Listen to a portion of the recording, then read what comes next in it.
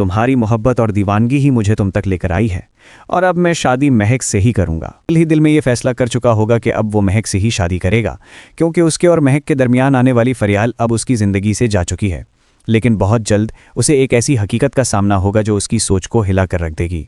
उसे मालूम होगा कि उन दोनों की शादी ना होने की असल वजह कोई और नहीं बल्कि उसकी अपनी माँ थी, जिसने महक के घर जाकर न सिर्फ रिश्ता ठुकराया बल्कि उन्हें शदीद तौर पर बेइज्जत भी किया। अपनी माँ की ये हरकतें जर्राल को न सिर्फ शर्मिंदा करेंगी बल्कि उसे इस बात का भी शिद्दत से एहसास दिलाएंगी कि उसने अनजाने में फरियाल को कितना दुख पहुँचाया, उस पर कैसे कैसे इल्ज़ामात लगा दिए। दूसरी तरफ महक भी इस वक्त तक शादी के लिए तैयार नहीं होगी जब तक उसकी माँ इस रिश्ते को कबूल ना कर ले। उधर ज़र्रार को यह हकीकत भी मालूम हो चुकी होगी कि फरियाल बिल्कुल बेकसूर है और उन दोनों की मंगनी अब भी कायम है।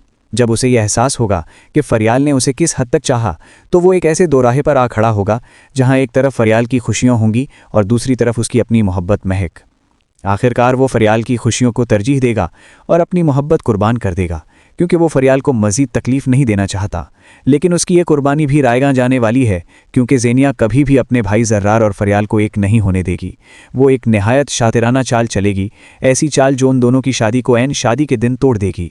दूसरी जानिब ज़ेनिया अपनी ज़िंदगी का एक और संगीन फैसला करेगी। वो अपने आने वाले बच्चे को इस दुनिया में आने से रोक देगी और इसकाते हमल करा लेगी, जबकि शहराम को इस हकीकत का ज़रा भी इल्म नहीं होगा कि उसकी बीवी क्या कर रही है। इसी दौरान वो मीडिया में अपना कैरियर शुरू कर देगी और एक नई दुनिया में कदम रखेगी। वक्त गुजरने के साथ जब शहराम के हाथ ज़ेनिया की मेडिकल रिपोर्ट्स लगेंगी और उसे पता चलेगा कि ज़ेनिया हामला थी, तो उसके जहन में एक ही सवाल गूंजेगा, अगर वो हामला थी तो बच्चा कहाँ गया। आहिस्ता आहिस्ता सच उस पर आश्कार होगा और उसे अंदाज़ा होगा कि ज़ेनिया किस हद तक गिर चुकी है। यही वो लम्हा होगा जहां से उनके रिश्ते का अख्तिताम शुरू होगा और बात तलाक तक जा पहुंचेगी। इस सब के बाद शहराम शदीद डिप्रेशन का शिकार हो जाएगा, यहां तक कि वो एक खतरनाक हादसे का भी शिकार हो सकता है। अपने बेटे को इस अंधेरे से निकालने के लिए शहराम की मां एक बड़ा फैसला करेगी।